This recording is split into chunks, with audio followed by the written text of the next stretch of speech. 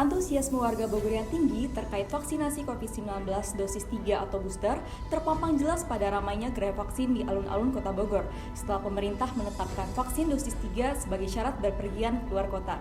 Serta belum usai masalah minyak goreng yang ketersediaannya langka dan mahal, masyarakat dihadapkan pada kenaikan harga bahan pokok saat Ramadan tiba, salah satunya di Pasar Induk Warung Jambu, Bogor Kota, Jawa Barat.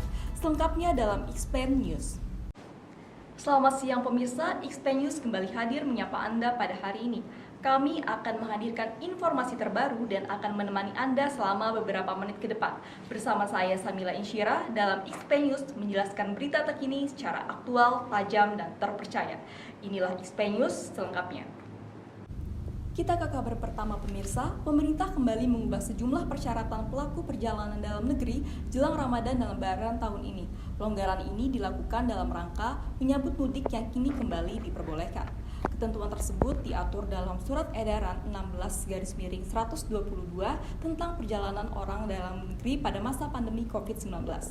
Terkait hal ini, pemerintah mewajibkan vaksin COVID-19 dosis ketiga atau booster untuk persyaratan berpergian jauh dan tidak menunjukkan hasil swab maupun rapid.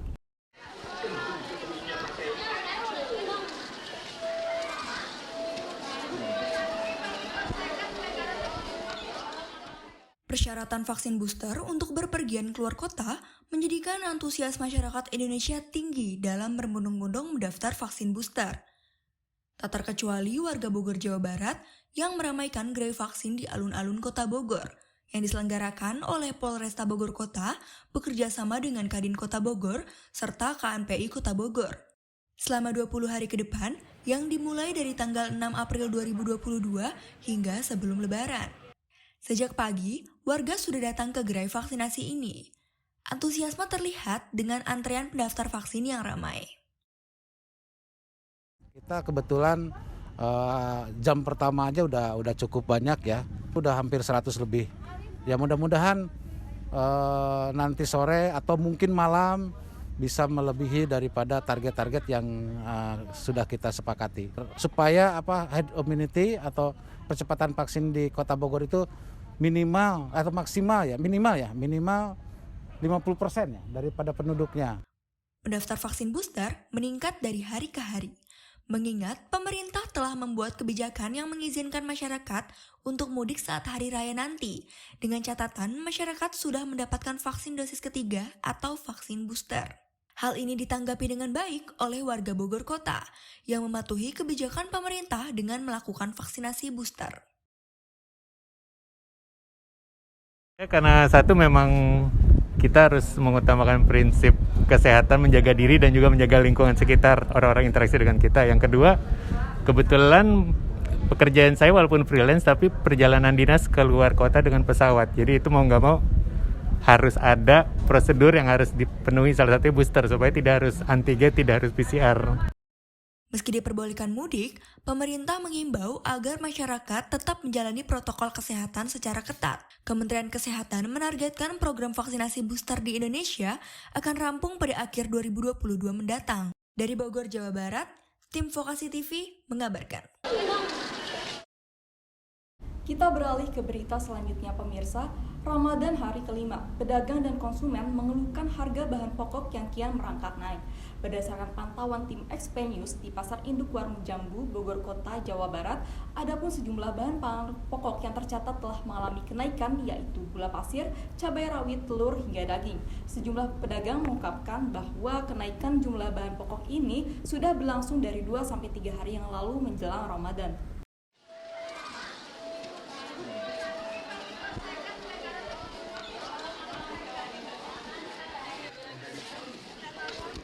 Harga bahan pokok di Pasar Induk Warung Jambu Bogor Kota Jawa Barat terus mengalami kenaikan pada bulan suci Ramadan. Diprediksi kenaikan harga akan terus terjadi hingga Idul Fitri nanti.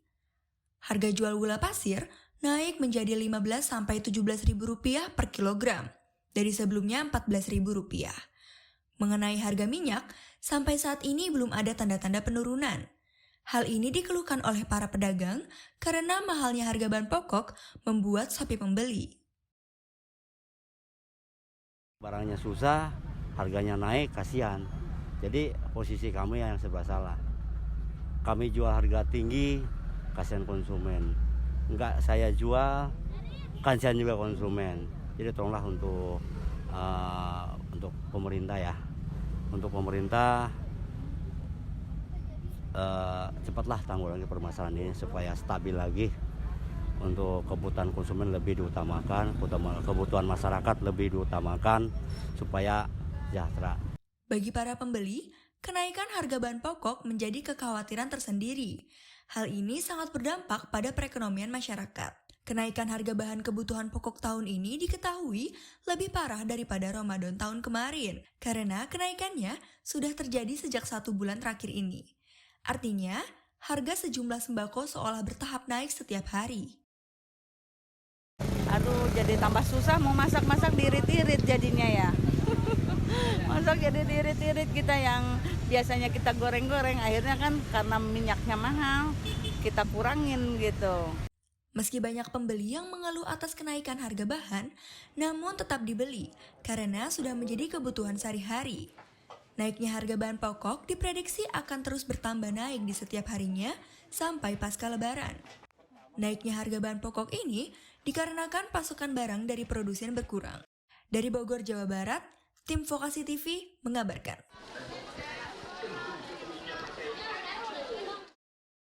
Pemirsa, informasi tadi mengakhiri perjumpaan kita pada siang hari ini. Saya Samila Insyira mewakili seluruh redaksi dan kerabat kerja yang bertugas mengucapkan terima kasih atas kebersamaan Anda hari ini.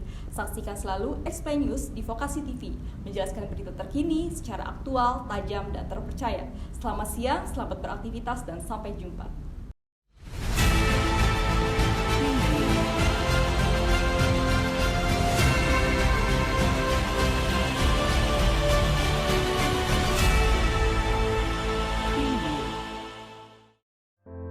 Aku didiagnosis menderita gangguan kesehatan mental bipolar disorder.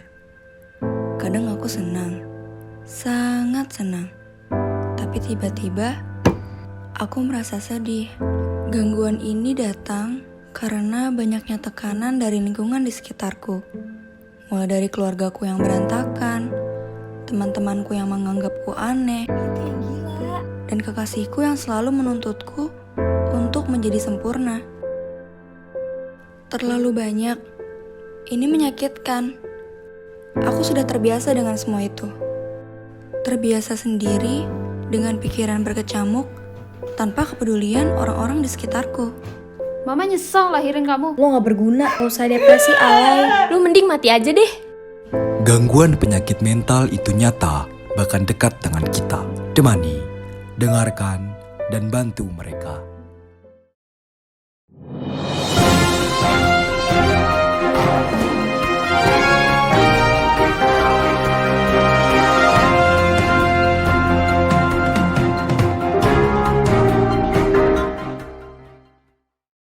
Ratusan mahasiswa yang tergabung dalam Himpunan Mahasiswa Islam atau HMI Cabang Kota Bogor menggelar aksi unjuk rasa menolak kenaikan bahan bakar minyak atau BBM serta usut tuntas mafia minyak goreng di samping Istana Bogor Selasa 12 April 2022.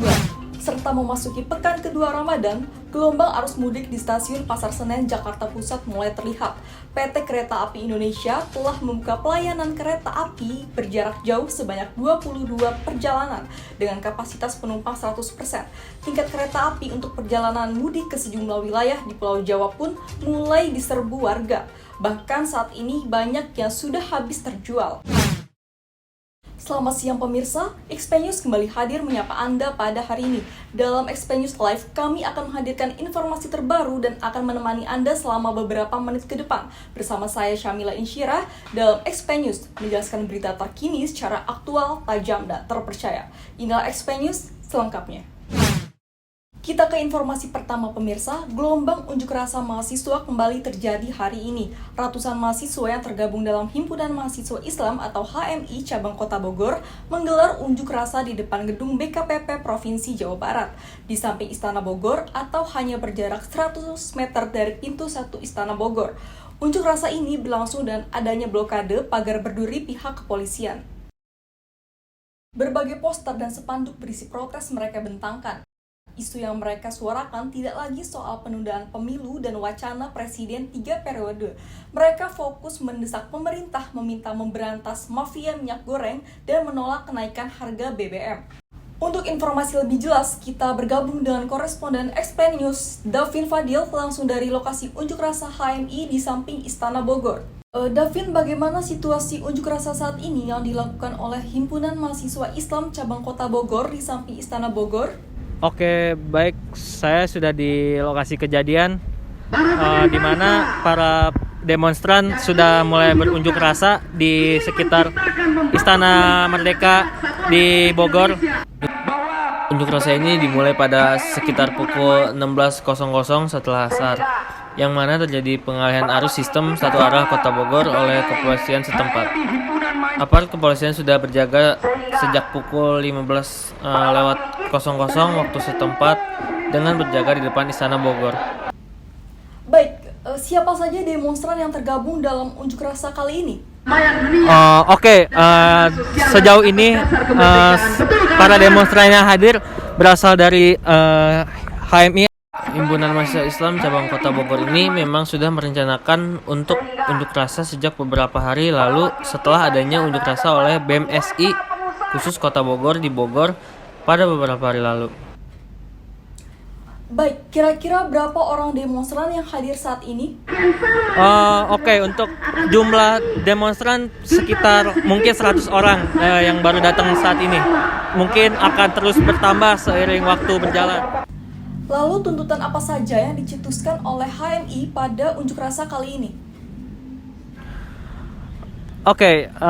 Menurut informasi yang sudah saya dapatkan, para demonstran berunjuk rasa akan tuntutannya yaitu tentang kebijakan kenaikan harga minyak dan harga sembako menjelang Lebaran. Baik Davin, bagaimana kondisi saat ini? Apakah kondusif atau tidak? Sampai saat ini, unjuk rasa berjalan kondusif. Salah satu anggota HMI bahkan memberikan bunga kepada petugas kepolisian untuk tanda berdamai. Tak hanya unjuk rasa, para mahasiswa ini juga menampilkan musikalisasi, pembacaan puisi, dan melukis yang dilakukan oleh seluruh anggota, juga masyarakat setempat yang ikut melihat unjuk rasa tersebut. Saya harap apa yang kita sampaikan di sini tersampaikan dan terrealisasikan oleh pemerintah. Sekian laporan saya dari Istana Bogor. Saya kembalikan kepada Syamila di studio. Oke, baik Davin Fadil langsung dari lokasi unjuk rasa Himpunan Mahasiswa Islam Cabang Bogor di samping Istana Bogor.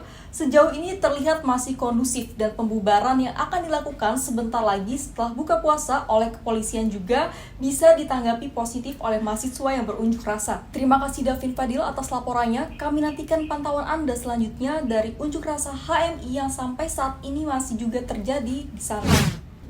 Baik, itu tadi pemirsa live report situasi terkini dari lokasi kejadian unjuk rasa Himpunan Mahasiswa Islam Cabang Bogor mengenai berbagai tuntutan yang disuarakan seperti pemberantasan mafia minyak goreng dan menolak kenaikan harga BBM. Dilaporkan bahwa sampai saat ini unjuk rasa berlangsung kondusif dan damai.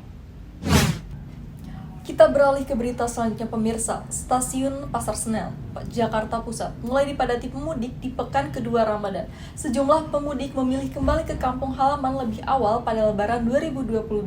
Kondisi mudik tahun ini mengalami kenaikan dibandingkan 2 tahun kemarin. Diprediksi akan ada peningkatan penumpang dibanding arus mudik 2 tahun lalu. Untuk informasi selengkapnya akan disampaikan oleh koresponden Explain News Anggi Anggarani langsung dari Stasiun Pasar Senen, Jakarta Pusat.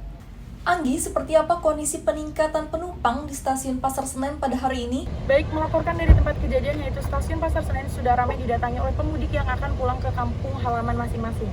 PT Kereta Api Indonesia memprediksi kenaikan jumlah penumpang kereta api akan terjadi mulai tanggal 27 April mendatang. Sementara itu, puncak arus mudik Lebaran akan terjadi pada tanggal 29 April dan 3 Mei 2022. Saat ini memang sudah terjadi peningkatan jumlah penumpang di Stasiun Pasar Senen. Kenaikan penumpang pada akhir pekan ini masih berkisar antara 4.000 penumpang per hari.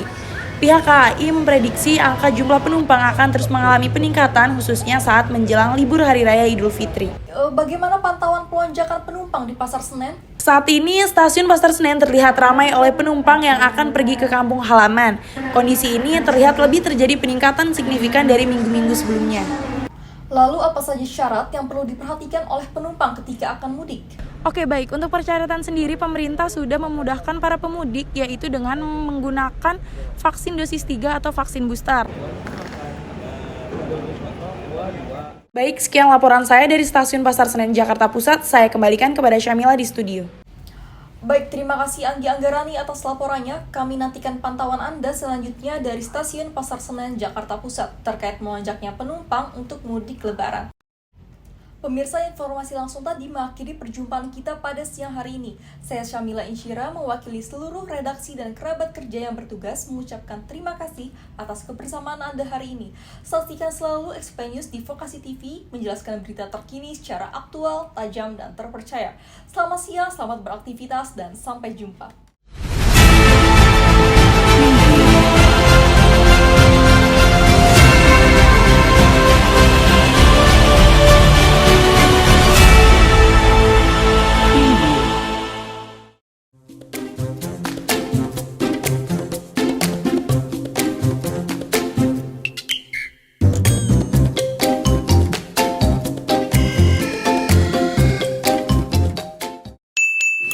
Cobain segarnya sirup buah kawista yang tak terlupakan.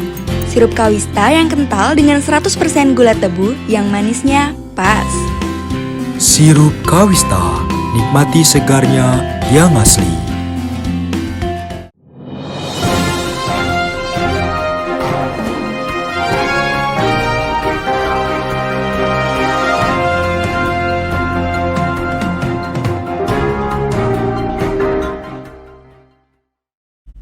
Selamat siang pemirsa, senang sekali Telusur Explain kembali hadir menemani siang hari Anda. Telah kami siapkan informasi menarik dan inspiratif hanya untuk Anda. Edisi 10 Mei 2022 bersama saya Syamila Insyira, inilah Telusur News selengkapnya.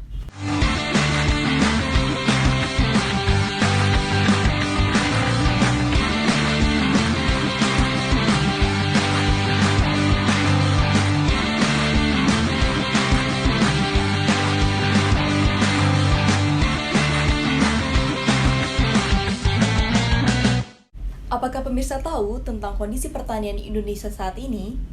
Ya, sebagian orang memang banyak yang tidak tahu dan memang tidak mencari tahu akan hal ini. Padahal sektor pertanian merupakan sumber mata pencarian maupun sebagai penopang pembangunan Indonesia. Telusurnya setelah merangkum untuk Anda. Mari kita telusuri bersama kondisi pertanian Indonesia saat ini. Berikut liputannya.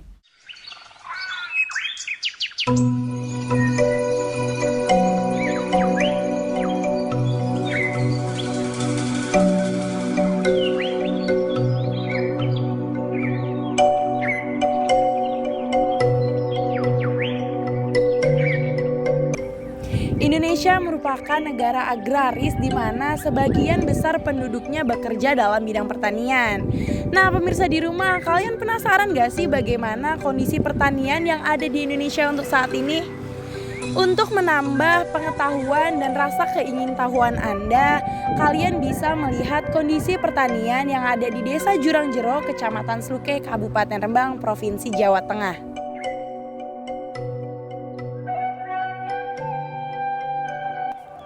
Sektor pertanian merupakan sektor yang mempunyai peranan strategis dalam struktur pembangunan perekonomian nasional, yang mana saat ini masih menjadi ruang untuk rakyat kecil.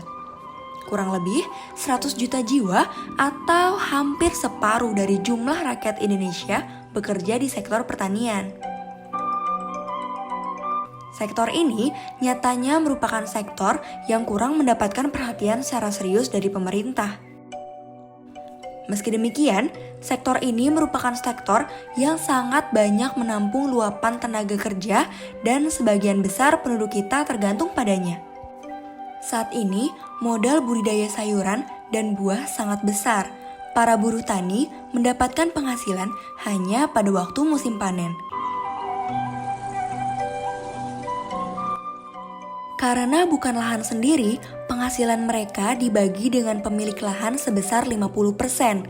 Hal inilah yang menjadikan para petani tidak dapat hidup makmur.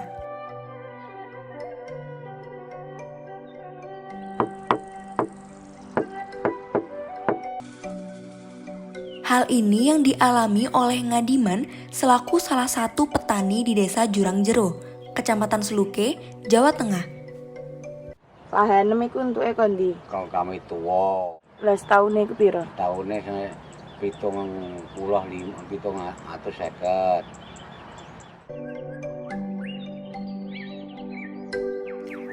Tak hanya lahan yang harus dibayarkan setiap tahunnya, biaya irigasi air pun juga ditanggung oleh petani. Banyune entuk kondi. Ya ke sumur, Bayar neh. bayar dengan nani kalau aku bayar entek 150, piro kok bayar mbam. Hal ini sungguh disayangkan, mengingat tanah yang diberikan oleh para leluhur harusnya dikelola penuh oleh pewarisnya, akan tetapi malah dikuasai oleh orang lain.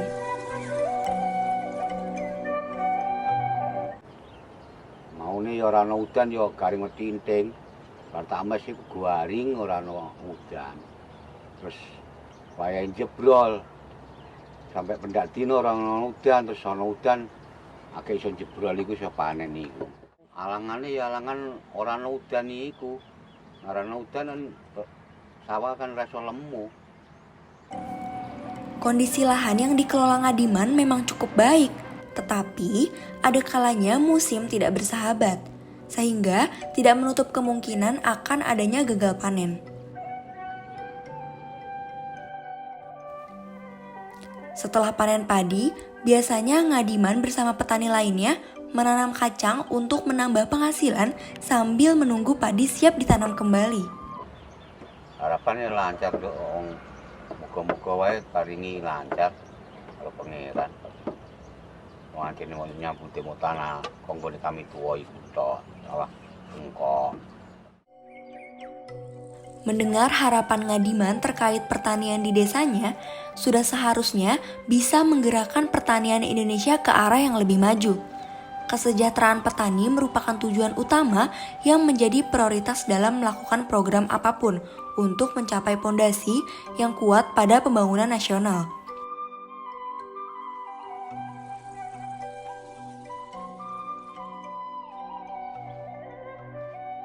Pembangunan pertanian harus mengantisipasi tantangan demokratisasi dan globalisasi untuk dapat menciptakan sistem yang adil. Selain itu, harus diarahkan untuk mewujudkan masyarakat yang sejahtera, khususnya petani melalui pembangunan sistem pertanian dan usaha pertanian yang kuat. Di mana sistem tersebut harus dapat berdaya saing, berkerakyatan, berkelanjutan, dan desentralistik. Nah pemirsa, itu tadi telusur explain mengenai kondisi pertanian di salah satu daerah yang ada di Indonesia. Semoga tayangan tersebut dapat memenuhi rasa keingintahuan Anda dan juga dapat memberikan informasi. Ayo bangun negeri kita, jangan lupakan pertanian. Saya Anggi dari tim Telusur Explain pamit undur diri. Sampai bertemu di Telusur Explain selanjutnya. Sampai jumpa. Bagaimana pemirsa terkait liputan pertanian tadi? Mari sama-sama lebih mengerti dan paham kondisi pertanian Indonesia saat ini. Berlanjut ke informasi selanjutnya, ada salah satu destinasi wisata yang patut Anda kunjungi ketika pergi ke Rembang, Jawa Tengah. Ya, Pantai Binangun jawabannya. Mau tahu bagaimana keseruan menjelajah Pantai Binangun dan mencoba kuliner khas Rembang? Telusur News telah merangkum untuk Anda. Mari kita telusuri bersama keindahan Pantai Binangun. Berikut liputannya. Wisata alam di Indonesia memanglah tidak ada habisnya. Salah satu lokasi yang menarik dan wajib banget dikunjungi yaitu salah satu pantai yang ada di Pulau Jawa. Lebih tepatnya yaitu Pantai Binangun yang berlokasi di Kabupaten Rembang, Provinsi Jawa Tengah.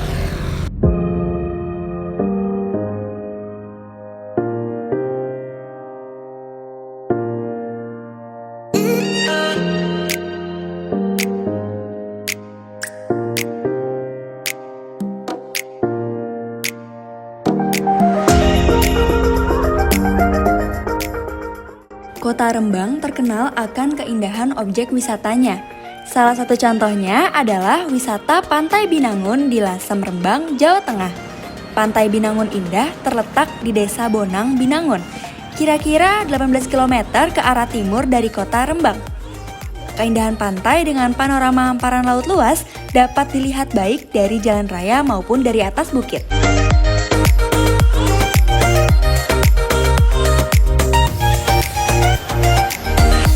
Pantai Binangun ini salah satu pantai yang sangat wajib untuk kalian kunjungi, terlebih lagi pada saat libur nasional atau libur panjang lainnya.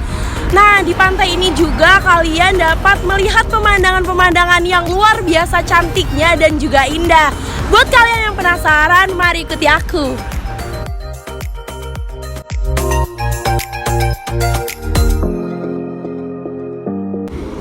Pantai yang berada di pinggir Jalan Pantura ini menyuguhkan pemandangan yang sangat indah ditambah dengan perahu-perahu yang sangat banyak dan juga sangat menarik. Nah, pemandangan ini dapat dilihat di sepanjang Jalan Pantura dan juga dapat kita lihat di atas Bukit Petilasan Sunan Bonang.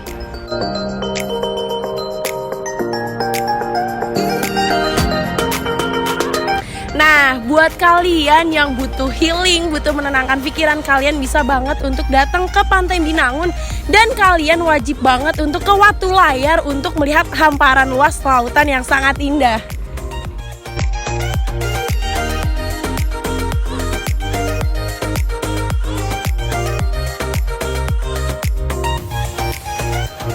Buat kalian yang telah menikmati keindahan alam dan juga melihat lautnya yang dipenuhi oleh perahu, kalian juga dapat mengambil gambar untuk kenang-kenangan bersama keluarga, teman maupun pasangan kalian.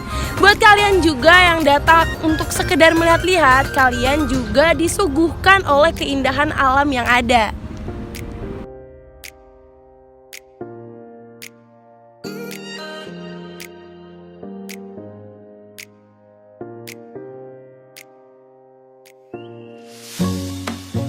Tak hanya keindahan Rembang yang harus didatangi, tapi kata orang asli Rembang harus mencoba kuliner khasnya, yaitu lontong tuyuhan.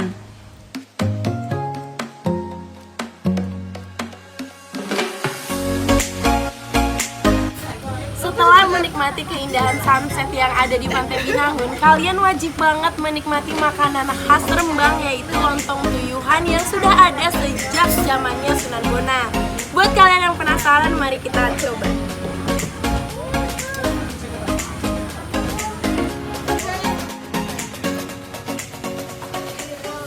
Lontong tuyuhan sekilas mirip dengan lontong opor, tapi bentuk lontongnya saja yang berbeda. Lontong biasanya bulat memanjang. Khusus lontong tuyuhan justru bentuknya segitiga. Unik ya? Lontong tuyuhan umumnya disantap ketika makan siang dan menjadi hidangan yang selalu ada ketika digelar di acara besar keagamaan atau acara adat.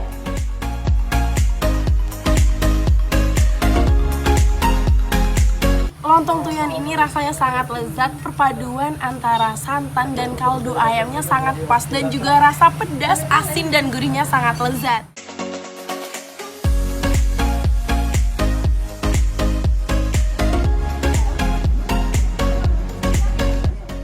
Nah pemirsa, itu tadi satu hari perjalanan menjelajahi Pantai Binangun dan juga mencoba makanan khas Lasem.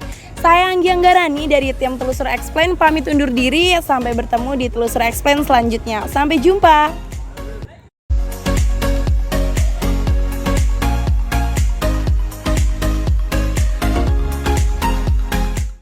Wah, itu tadi liputan tentang Pantai Binangun yang sangat direkomendasikan ketika Anda pergi ke Rembang, Jawa Tengah. Beralih ke Tangerang Selatan, ada sosok yang sangat menginspirasi. Beliau mengelola bank sampah di lingkungannya.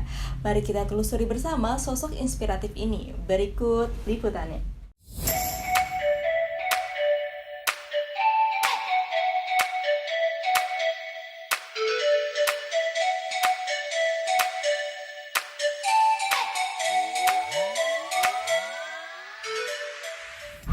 Pemirsa, sudah mulai lelah dengan masalah sampah?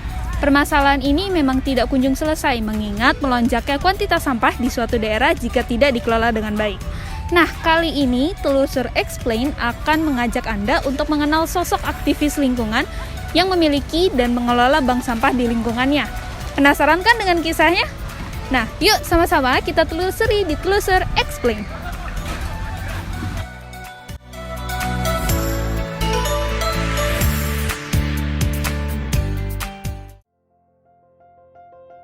Sampah selalu jadi masalah. Bahkan, sampah telah menjadi bencana. Seperti halnya banjir, longsor sampah, dan masih banyak lagi. Saat ini, tumpukan sampah juga berimplikasi terhadap semakin tingginya gundukan sampah di tempat pembuangan akhir. Kuantitas sampah semakin lama semakin bertambah. Dapatkah ini dirubah? Jawabannya, bisa. Sampah anorganik dari rumah tangga akan di-recycle dan akan dijual oleh bank sampah ke bisnis daur ulang. Ide dan kegiatan ini pertama kali dicetuskan oleh Helda Fahri di Bumi Serpong Damai BSD Tangerang Selatan. Ia merupakan pegiat lingkungan yang aktif menyosialisasikan keberadaan bank sampah ke masyarakat melalui gerakan pilah sampah dari rumah. Sepulang dari Australia, perempuan ini tergerak mempraktikkan kebersihan kawasan di Australia yang bersih dari sampah. Di sana, sampah sudah dikelola dan dipilah-pilah sejak dari rumah. Ia pun berusaha mengikuti kebiasaan baik tersebut dengan mendirikan bank sampah Jaya Dana Kirti, Tangerang Selatan, dan inisiator 45 bank sampah di Tangerang Selatan. Selama ini, Helda tak lelah mengajak orang memilah sampah dan menyetornya ke bank sampah. Saya pribadi, saya penggerak di Tangerang Selatan dan Kabupaten Tangerang yang 3 tahun dahulu ya untuk di kawasan saya pribadi itu nggak ada pelayanan bank sampah. Sekarang sudah tersebar 36 pelayanan, jadi bukan hal mustahil ya. Meraih asa dari bank sampah skala kawasan. Itulah moto dari Helda Fahri dalam menjadi aktivis lingkungan. Salah satu kegiatan yang rutin dilakukan adalah pilah sampah setiap minggunya di lingkungan rumahnya. Pilah sampah ini dilaksanakan pada pukul 7.30 hingga 9.30 pagi. Banyak warga yang berpartisipasi dan tergerak untuk menjaga lingkungannya agar tetap bersih dari sampah. Setiap kegiatan apapun, pastinya Helda selalu berusaha menghadiri dan ikut turun langsung dalam kegiatan tersebut.